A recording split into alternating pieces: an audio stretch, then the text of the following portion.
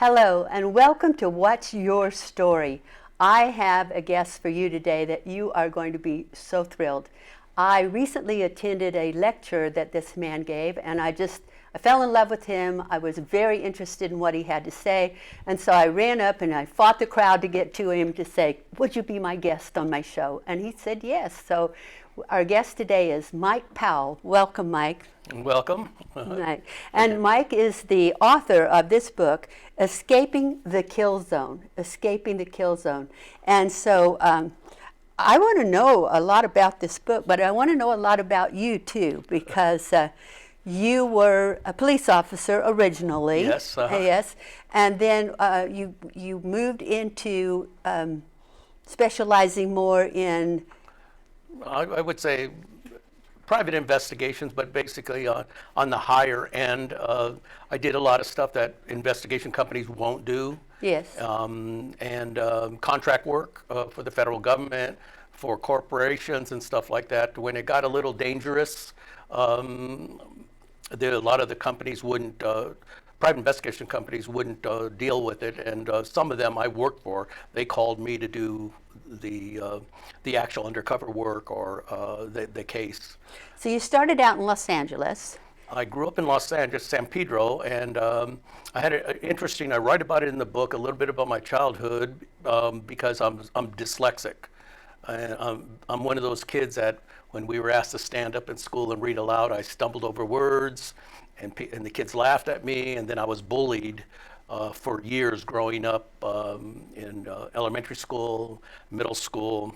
But my aunt had married a professional boxer, Bobby Wood, when he was in prison, and they came to live with us when he got out, and he was rated 10th in the world as a lightweight before he started to go blind, and then he ended up, his dad let him loose, and he had nowhere to go. He was homeless, and he went in a liquor store and pretended to rob it. He didn't have a gun, but he ended up going to prison, and my aunt started writing him. They became pen pals, got married.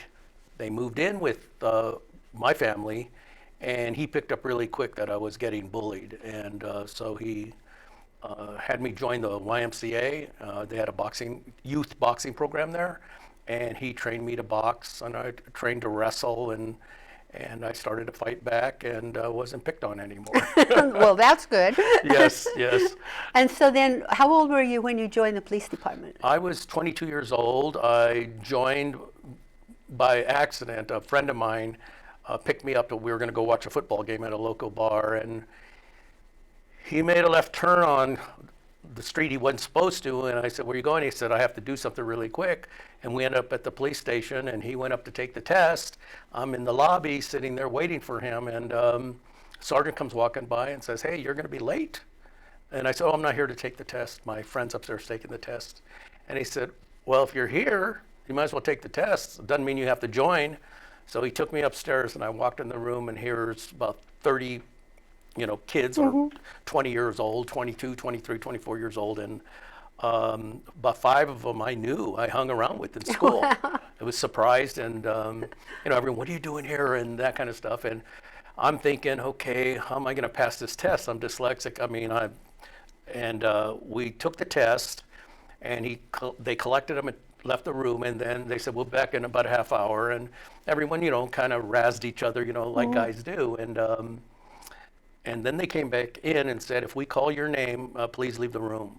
And they called one person, they called another person, they called a third person, fourth, and then they called my name, Mike Powell. And my heart sunk. I mean, the whole feeling of being in the 3rd grade and standing up in front of the class and people laughing at you, that hit me like a ton of bricks. And so I got up and I'm walking out, and I hear a few chuckles, and one of my quote friends says, better luck next time, Powell. And they laughed. And when I walked out the door, the people that were called before me were standing against the wall with the sergeant that took me upstairs. And I go out, he goes, you guys passed, they failed. And so they're going to be told when they could take the test again, what to study and what to do. And a few months later, I was in the police academy. That's how I got on the police department. Isn't it amazing how one thing like that can turn the whole event of our lives and set us in a real new direction. Yes, and that's happened to me a few times. Yeah, and then you became in the police department. You became in the plainclothes unit called the Zebra Unit. Now, what Yes. is a Zebra Unit for those people who A don't know? zebra unit, the technical explanation of a zebra unit from LAPD is it's a plainclothes unit, two-man unit, unmarked car. We don't get radio calls. We're tasked with specific missions. And basically what we did in South Central Los Angeles and Newton Division, which they call Shoot Newton, there's a lot of police shootouts there. That's why they call it that. The SLA shootout was there. The Black Panther shootout was there. And 2 of my shootings occurred there. But we were basically, we hunted. Most of us were all military, former military. At the time, I was in the United States Marine Corps Reserve Unit in Long Beach. I was a sergeant, and a lot of the brass on LAPD were in my unit, you know, captains and lieutenants and stuff. Yes.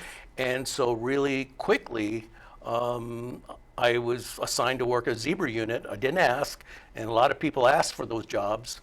I did very well. I've discovered that because I'm dyslexic, you know, my brain started, I see things differently than most people, and that really helped me. I had a sense of what was going on or what didn't look right, and at times it got me in trouble, and other times I ended up making major arrests. In the book I explained, arrested everything from bank robbers who killed the bank guard, to burglars, to art thieves, an art theft ring, the operation that was going on that involved Scotland Yard. And I ended up busting that case wide open, and I ended up catching a young serial killer who murdered and knifed open a 9-year-old little boy in South Central LA. I found the body, and within 4 hours I tracked down the killer. So.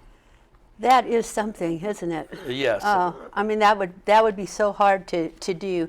Now, how did you get from there into doing undercover work with the mob? Well, I was injured during a bank robbery. I wasn't driving, and we got what we call T-boned. A car hit us with our red lights and sirens going on, and I ended up getting a broken neck and back. Didn't know it at the time. We had spun around. I got out of the car, talked to the guy that hit us. Luckily, he had a big, sturdy car. He was driving a Cadillac, and he said he was okay. So I told him I would call for a unit, a traffic unit, and we got in the car. And right before I was hit, I was talking to an air unit, and you know, the air unit was still following them, so they guided us in. We got behind them. The chase started over again, and they crashed into a liquor store, and they jumped out with guns and bank bags. They actually, like in the movies, they had the bank bags. And they're going to take the money and run? Yeah, well, they thought they were. And of course, I think they heard when I chambered the shotgun round into an Ithaca shotgun, and they gave up, and we cuffed them, and other units came and took them away. And a few hours later, I started getting sick, and I ended up for the next year in and out of the hospitals. And as I was working, still plain clothes, I was in a lot of pain. And but we went to city doctors, and you know, one of their jobs is to get us back to work and say, oh, you just have a pinched nerve in your neck and stuff. And it took a while, almost a year, before I ended up discovering that I had a broken neck and a cracked vertebrae, and my spinal cord was swollen because of the fluid from the spinal cord, and they needed to clean that away. One of the discs had burst, and went into operation. It didn't go well. I ended up in intensive care. They gave me my last rites. Wow. 3 or 4 days later, I remember waking up and there's a priest over me, but it felt like I was asleep for like 5 minutes. Oh, really? You know, just like fast. Yeah, it was fast, but it was 4 days. And so I woke up, and the police department retired me off. I was 28 years old. I was married to my first wife, and I spent the next few months trying to recuperate. I wore a steel neck brace. I was on pain medications. I was drinking heavy. I was just kind of trying to kill the pain. And she said, you know, you need to get a hobby or you need to get a job. I started looking for work, and interesting enough, she found an ad, one of several, but she found an ad in the paper for executive security work for a publishing company. And I went up to Century City and I interviewed with the head of security, and I got the job. And I went home and I said, hey, I got the job. She goes, oh, who are you going to be protecting? I said, oh, some guy in a wheelchair. Larry Flint? I had no idea who he was. Yeah. She's from the East Coast, and she knew exactly who he was. Yeah. And so I ended up working for him for about a year. I got very just close in to him. case some of our audience doesn't know who he was, who was he? Larry Flint was the publisher of Hustler magazine. Yes. And he was shot in Gwinnett County, Georgia during a trial. At a lunch break, him and his lawyer were shot with a high-power rifle. He was hit twice in the stomach, and he was paralyzed for the rest of his life from the waist down.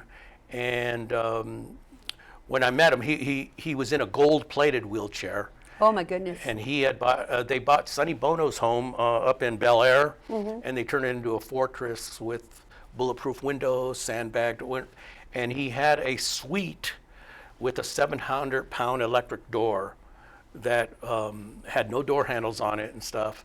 And interesting enough, you mentioned earlier how small things can turn. Yes, yes. I was the first week I was there, I hadn't seen him. The second week, I was walking the grounds. He had bodyguards working the grounds. He had bodyguards on the first floor of the mansion. And then he had his personal security guys there were like 3 of them allowed in and out of his room at any time. There was a full-time nurse with him. And those guys traveled with him on this private jet and protected him, but they were the inner circle. Yeah.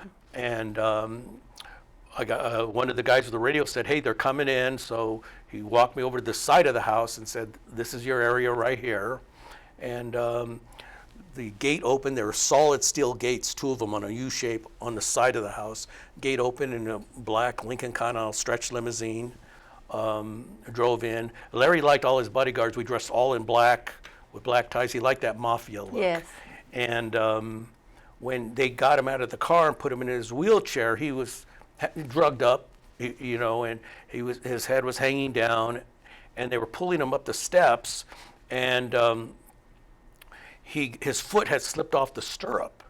And now these guys that are bodyguarding him and pulling him around were muscle guys. One of them was Cliff Stewart. He passed away about a year ago. He was Muhammad Ali's sparring partner. Oh, and he's okay. in the Black Karate Hall of Fame. And they put him in a wheelchair and they're pulling him up the stairs.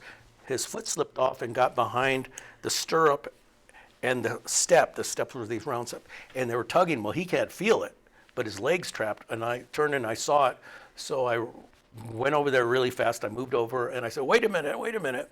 And I took his foot out, I bent down, and his shoe had fallen off. I put his shoe on, and I looked up, and for the briefest, we made eye contact.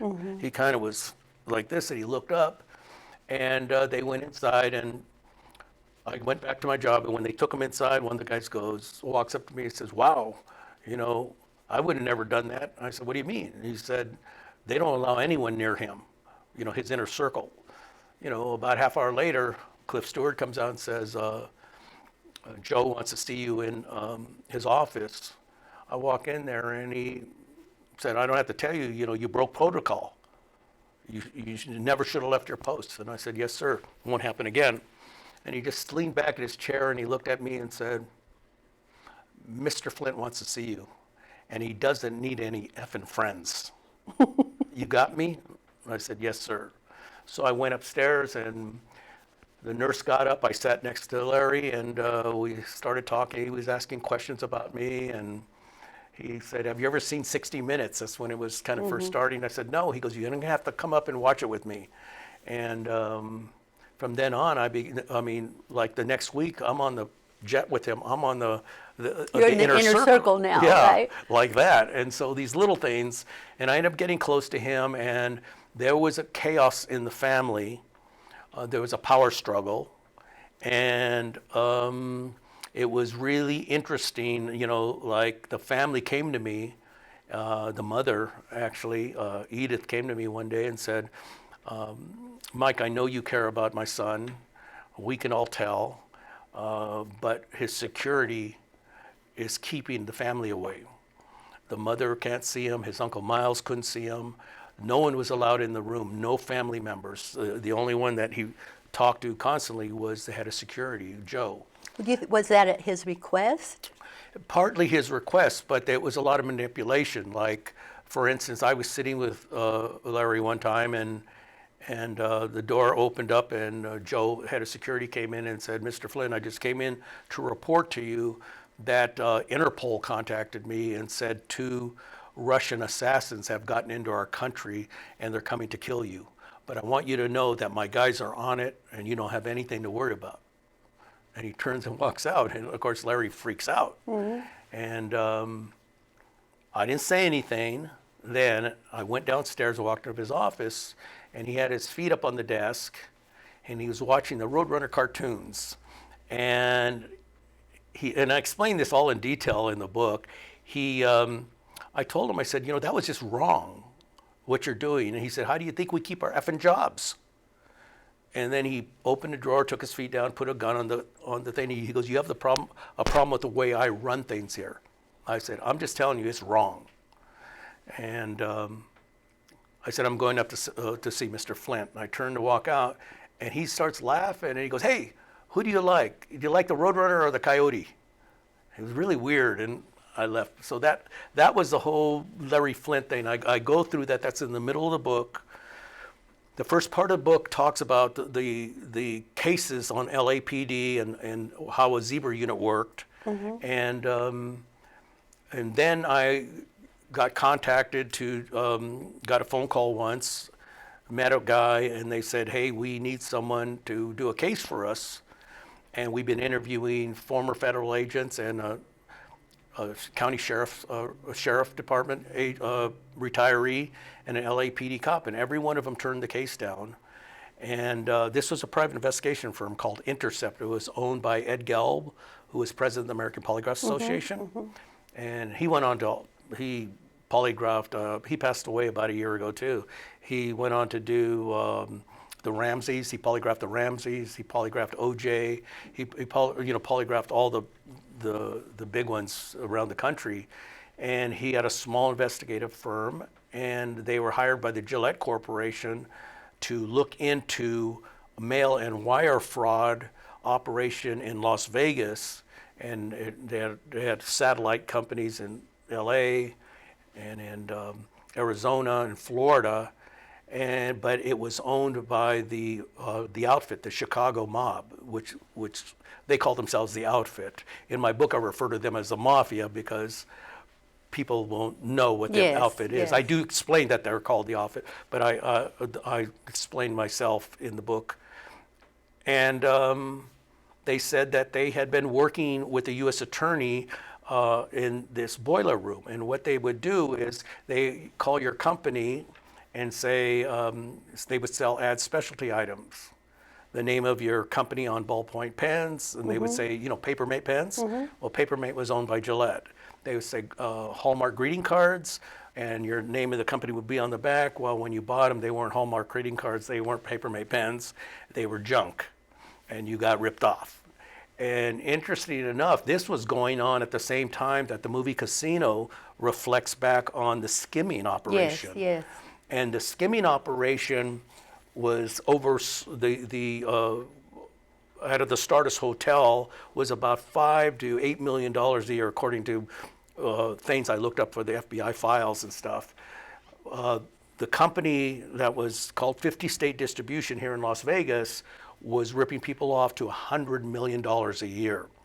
But because it was just phone calls and mail, it wasn't glamorous. And so a lot of people don't know about it. So Ken Clow, who's head of worldwide security for the Gillette Corporation, was former CIA. So he met with Lamont Mills, the U.S. attorney in Nevada at the time, and they opened a case investigating the fraudulent claims of these products. And the informant, after 6 months, disappeared. Now, I was told that he was found murdered. He was shot execution style. In doing my book research, I couldn't find anything on that, but I was told that before I took the case. And they shut the whole case collapsed. Well, Ken wanted it to keep going, but the U.S. Postal Inspectors who were handling the investigation said it's already blown. They already know we had someone under. It's too dangerous. We're not going to do this. And so Ken got permission from Washington to do what he called back then off the books operation. The Gillette Corporation would finance finding someone who would go undercover and work for the federal government, give them information. Was that you? And that was me. Wow. And I took the case. I got on a plane. I moved to Las Vegas, you might say. And the first two federal agents that came in were young. I was 28, 29 years old at the time. They were about that age. And they didn't want to be there. I understand that, law enforcement, federal agencies, they don't like working with private people. Yeah. And I understand that. I've been there.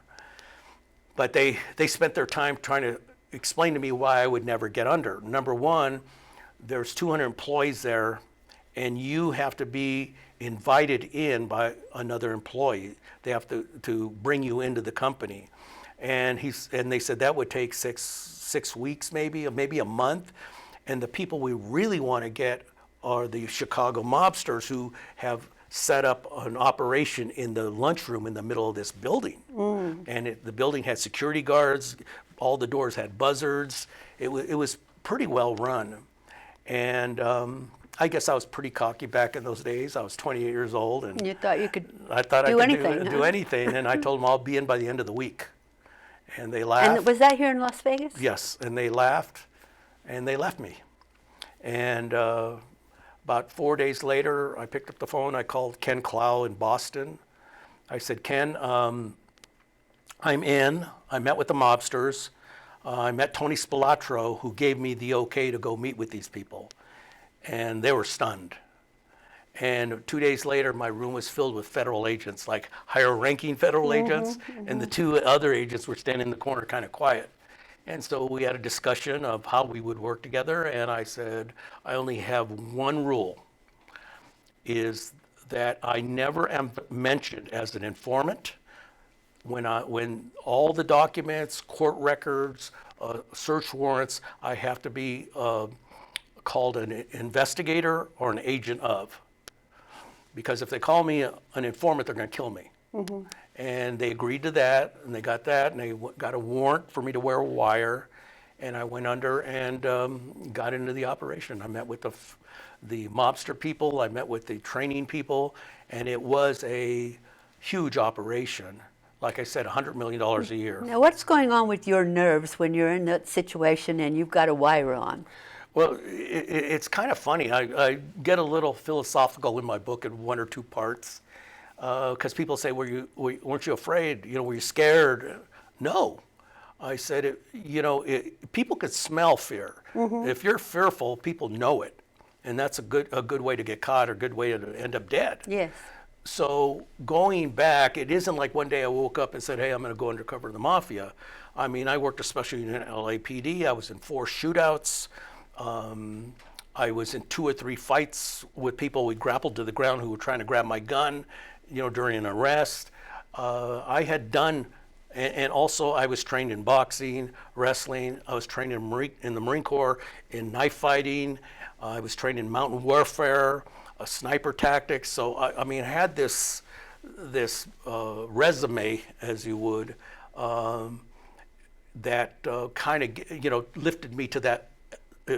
Elevated me to that level. Well, you were confident you could take care of yourself. I was confident I could take care of myself, and it didn't bother me. But like I say in the book, like not to get too philosophical, I said, we can learn as a kid when I was bullied. Kids don't know how to put their fear aside. You're just fearful every day, and but when you become an adult and you're in this kind of work, you can learn how to put your fear aside. But fears are like taxes. Someday you're going to have to pay for them. And that might come out in PTSD, therapy, drinking, drugs, but you're going to have to pay for those, putting all those fears aside. So when I did this work, undercover, different things, I really felt no fear. But then later, there's an incident in the book, I don't know if you want to talk about it on camera, but there's an incident in the book that turned my world upside down, and I ended up in therapy for over 40 years.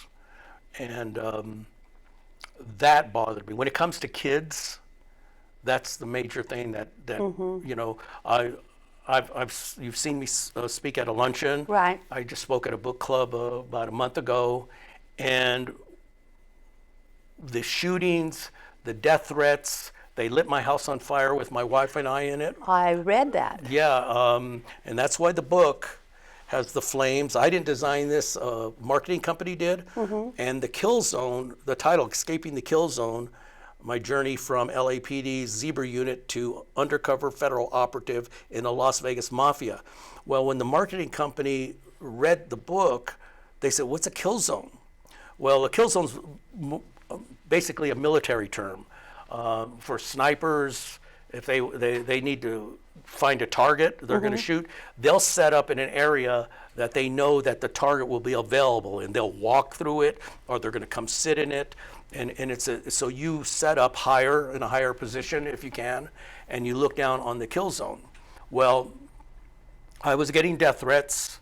It involved Larry Flint's bodyguards. I was gone from the company. Bob Guccione, the owner of Penthouse magazine, and Larry Flint did not like each other. And they sued each other a lot of cases. But one of the cases, and it was difficult to find, I had to hire a lawyer to get this information from the feds.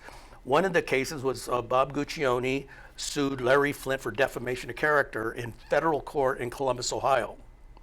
And the jury awarded Bob $39.6 million. 2 weeks later, the judge said that's too much money and dropped it down to $4 million. Bob called me, had me come out to his house in New York. I met with him and his lawyer, Gruckman, and they basically said, we want to hire you to investigate Larry Flint. We believe he bribed this federal judge. And if you can get us information to prove that, we'll give you $1 million cash. And I said, okay. Yeah, it sounds like a good deal to me. Sounds like a good deal to me. So I took the case, and in the book, there's a big twist, is Guccione, I knew that Guccione, when they were offering me this, I knew he knew I was with Larry Flint when he bribed the judge. And I also knew he knew, and he knew I knew, but we still played the game for over a couple months, doing the investigation, talking on the phone, trying to get this case together. And I wasn't actually in the room. I handled the money. And then what they did was, and I thought they might do this, instead of paying me, he called me and said, I want you to come, because they kept asking me on the phone, hey, do you have the information that Larry Flint bribed the federal judge? Who talks like that? Yeah, especially over the phone, right? Yeah, and I said, I have a report for you. When I see the $1 million in my bank account, I'll give you the report. And it went on, and we're playing this cat and mouse game. He says, you need to come out to New York. So I went out and met him and his lawyer, and they're trying to get me to say it. And finally, Bob gets frustrated and tells everyone to leave the room. And he says, it's just you and I. He goes, I promise you I'll give you the $1 million if you have information about Larry Flint bribing the federal judge. And right then I knew he wasn't going to pay me. So I had a few choice words for him. I got up and I walked to the door and I said, I felt a little guilty because I knew something that endangered him.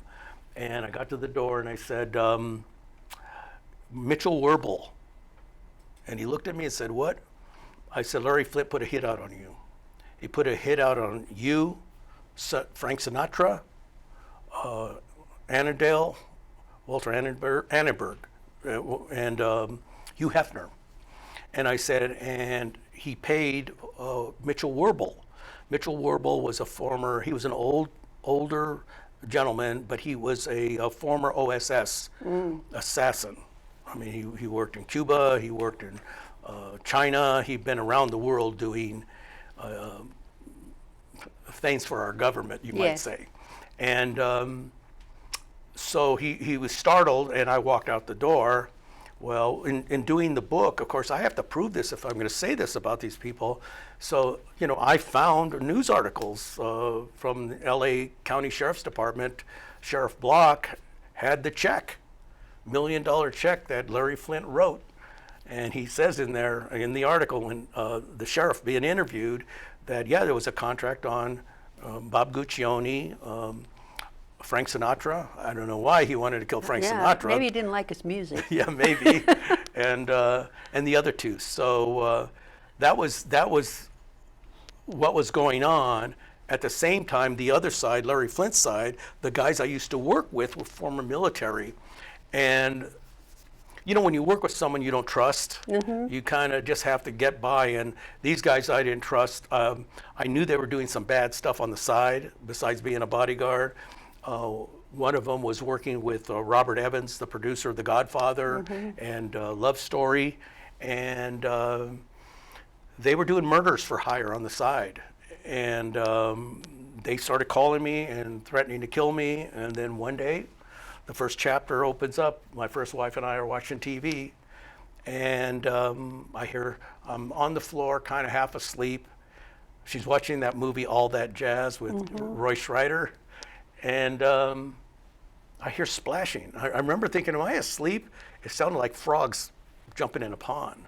So I had a gun next to me. I pick it up, a .45. I walk over, and we lived up a private driveway in a townhouse, a garage below, and a picture glass window. I open it up, and there's, 18, 19-year-old kid standing there with Levi's tennis shoes and a T-shirt, and he had a 5-gallon kerosene can. And I look over, and it's all wet. The pavement's all wet to our house. We looked up, we made eye contact. He lit a match, and whoosh, the roar actually came. It was loud. It came, and I knocked over a chair. And really quickly, the room turned orange, and it started getting smoky. And my wife, Minette, at the time, was running around trying to find the cat and screaming. And she said, the back door's not burning. We can get out this way. And as she ran towards the door with the cat, she reached up, I cut her off, and I grabbed her and pulled her away. And I said, no, that's the kill zone. And she goes, what are you talking about? And I explained it in the book, but basically, and I say if you'd that gone out that way, it wasn't a way out, it was an invitation. You would have been shot.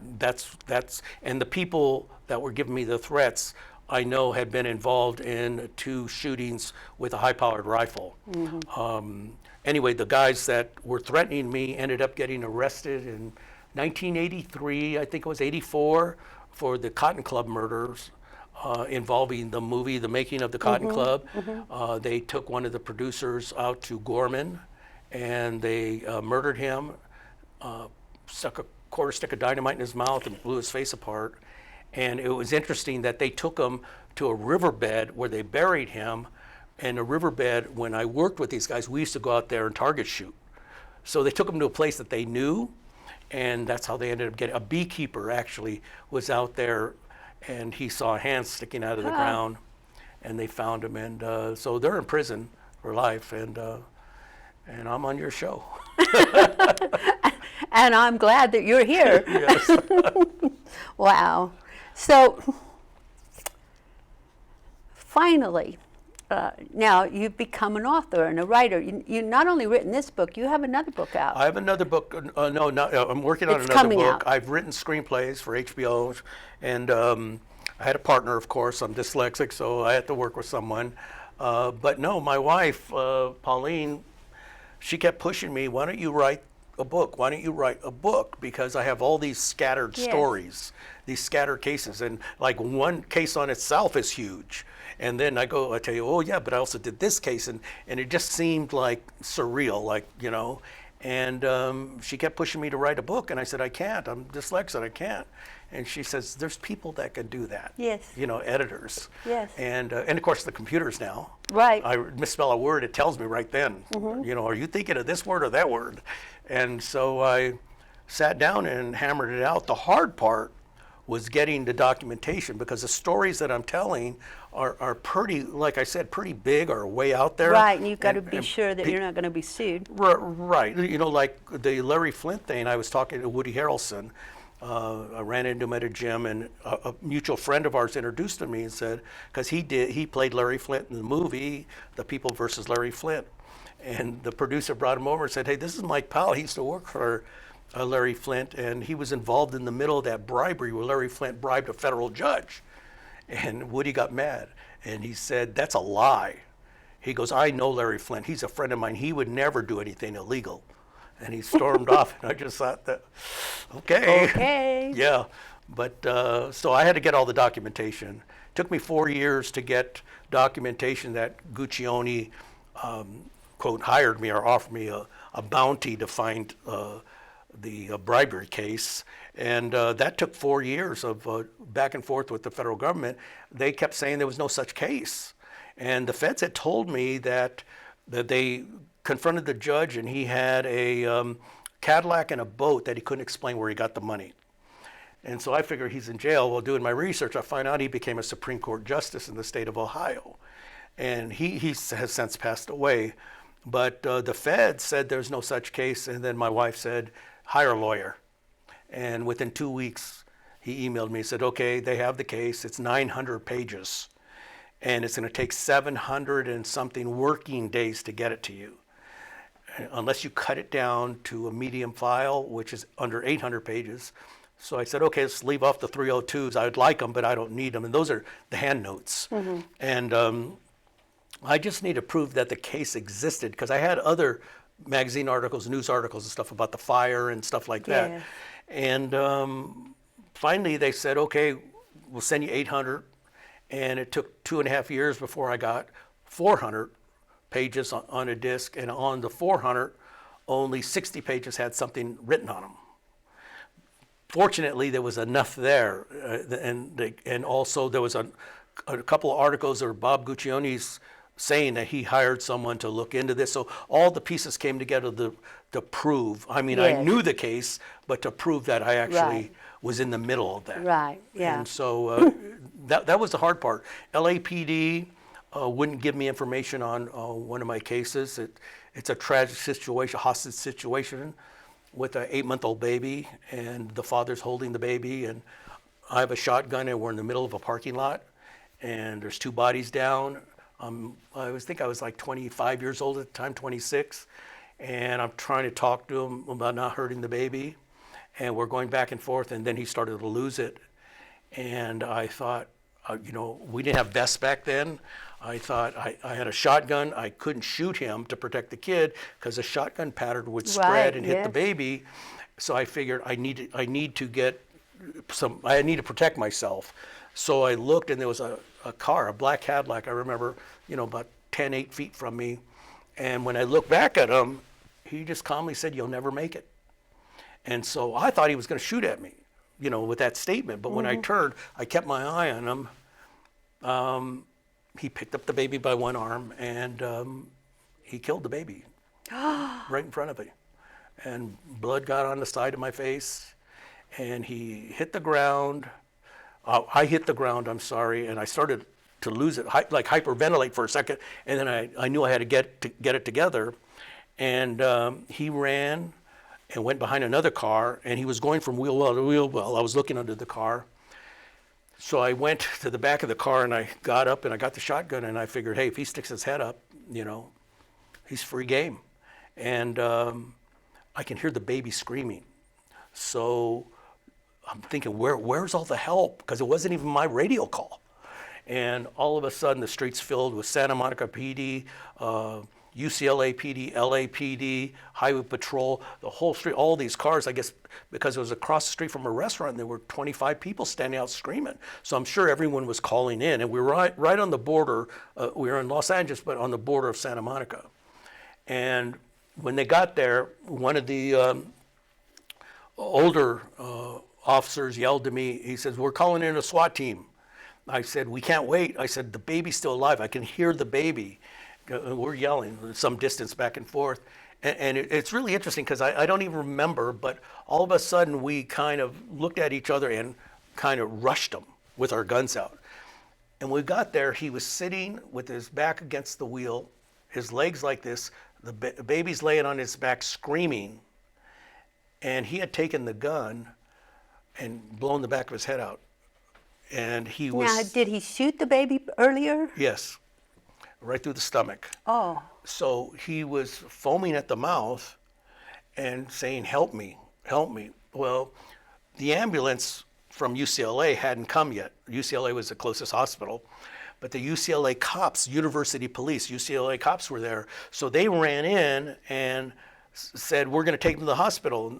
And one of the uniform officers took off his jacket, they put the baby in it, they picked him up, and they ran to the car, and I followed them, with my eyes. I watched them, and when I looked back, one of the other officers had turned the guy around and laid him on his back, the father, and he was foaming. He was in a Brooks Brothers suit.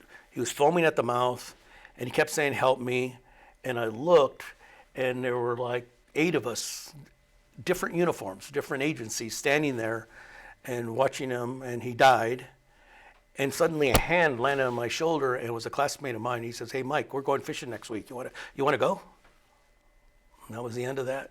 Wow. Yeah. Wow.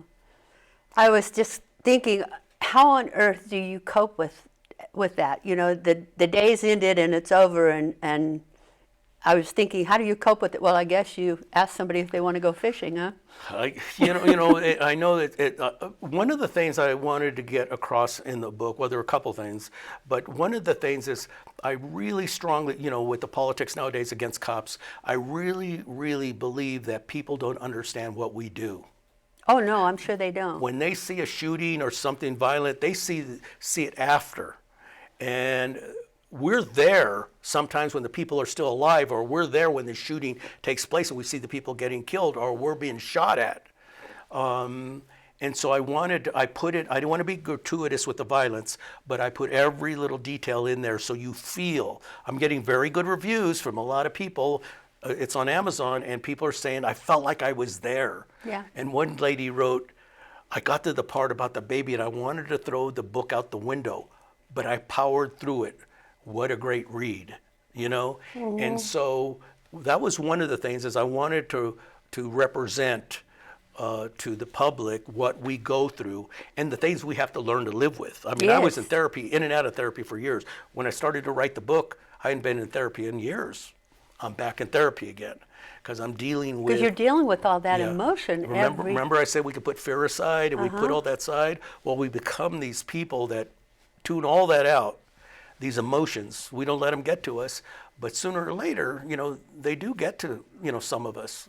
And that was a heartbreaking scene. Yeah. And you start thinking, I mean, they had the shooting team come out, Lieutenant Higbee. He came out and he pulled me aside. He said, "Hey, you're in a tough situation."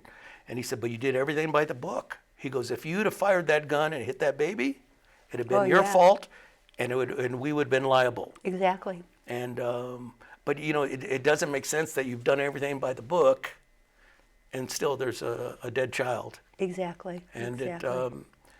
I wondered about that because I dated a police officer for a while when I was younger, and he was just about ready to retire. He just had a short amount of time left, and he quit. And I was like, "Why would you quit when you're almost at retirement?" And he said it was when I pulled out the drawer and found a head in it. I just couldn't take anymore. Mm-hmm. Yeah. Sometimes I've heard of guys quitting. Matter of fact, there's a movie on Netflix, an LAPD cop, and he had 20-something years on. He investigated the Tupac Shakur, Biggie Smalls murder, and he believed that cops were involved in the murder. And so he was the head homicide detective on that case, and then they had other investigators look at what he was saying, and they said, "No, he's wrong." Suge Knight, who he was. He was the Death Row Records, the owner of Death Row Records. He's in prison now, but he had bodyguards, and some of the bodyguards it was a Compton PD cop and 2 LAPD cops. And one of the things is these cops are in prison now, but the interesting thing is these cops were gang affiliated. Yes. And before they were on the job, but like when I went on, you couldn't have smoked marijuana, you couldn't be gang affiliated, you could never have been arrested. Well, they've changed those rules, and if they change them, I'm a minority, I'm Mexican, Native American.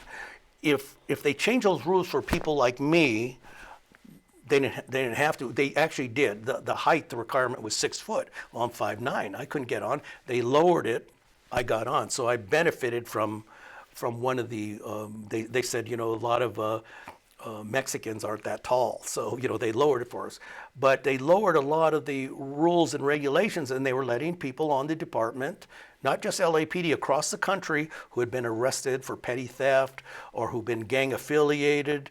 In other words, they weren't in the gang, but they were stopped with gang members sometime in their teens, and they let them on, and they never walked away from the gangs. They were still in the hood. They were bodyguarding for Suge Knight. They were doing things they shouldn't have been doing, and now Suge Knight's in prison. They're in prison.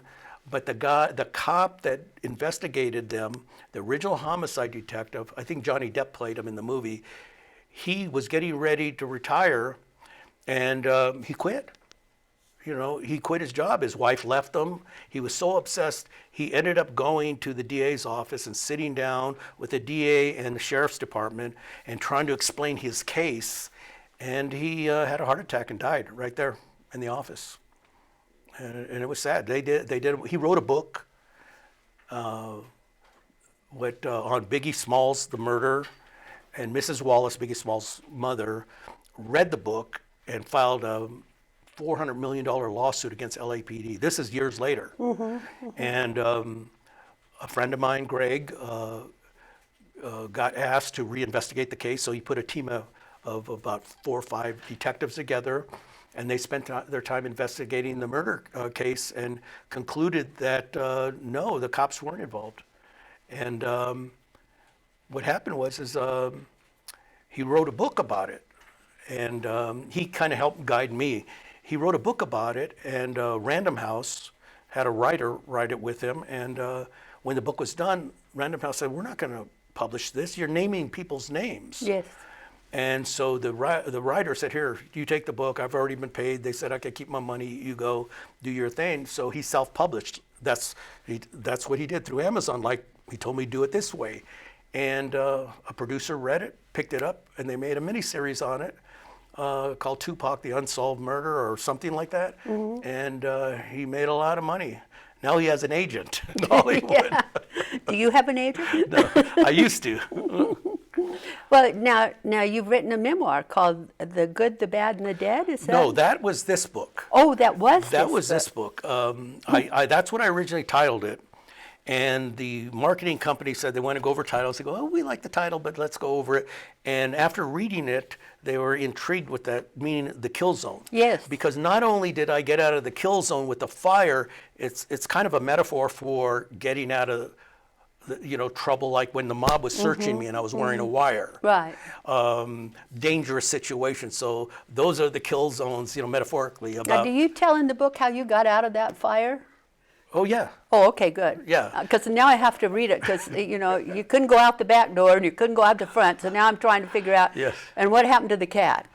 Oh, the cat got out too. And in the book, I also talk about when the mobsters they took me in a room and they had a gun on me and they're frisking me, and how I got out of that. I was wearing a wire.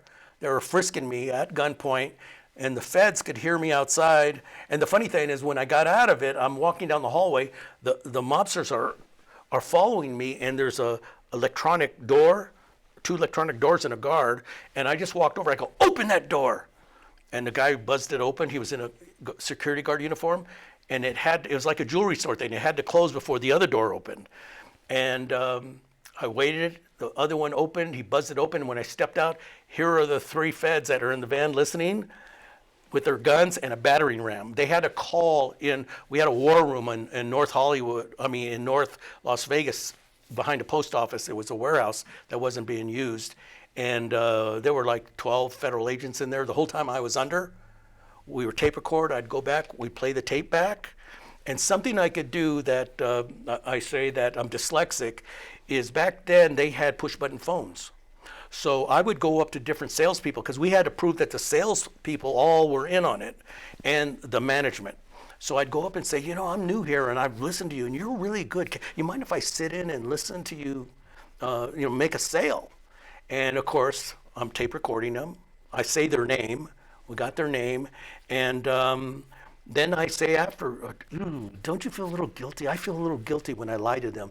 And they go, no, that's how we do it here. That's how, it's all about the money. That's how, so we had people saying, that's how the company works. That's what we do and everything. But when I got off, I would drive around, make sure I wasn't being followed. I'd go to the post office warehouse, and the guys would play the tapes back. And they had computers back there, big ones. Mm-hmm. And I would match voices to faces. But in order to make the case work, we had to have evidence that they were sending shoddy material. So we had to find out where they were sending it all over the United States. So what I did is, like I said, if you told me your phone number, I walk out that door, I wouldn't remember it. But they were push button phones. I can remember the patterns pushed. So I'd look at the guy and say, oh, this guy, they put a phone in front of me and I'd kind of go like this, I think he dialed this number, boom, boom, boom, and they try. And probably 65 to 70% of the time I was right, but I was right enough time that they sent federal agents from in Virginia and different places to go retrieve the stolen material, or the shoddy material, I'm sorry. And it became the largest case in U.S. Postal history. Mm-hmm. They brought 100 federal agents into Nellis Air Force Base when they made the raid, and I was the only undercover person. Wow. I could listen to you forever. You are so interesting. Yeah.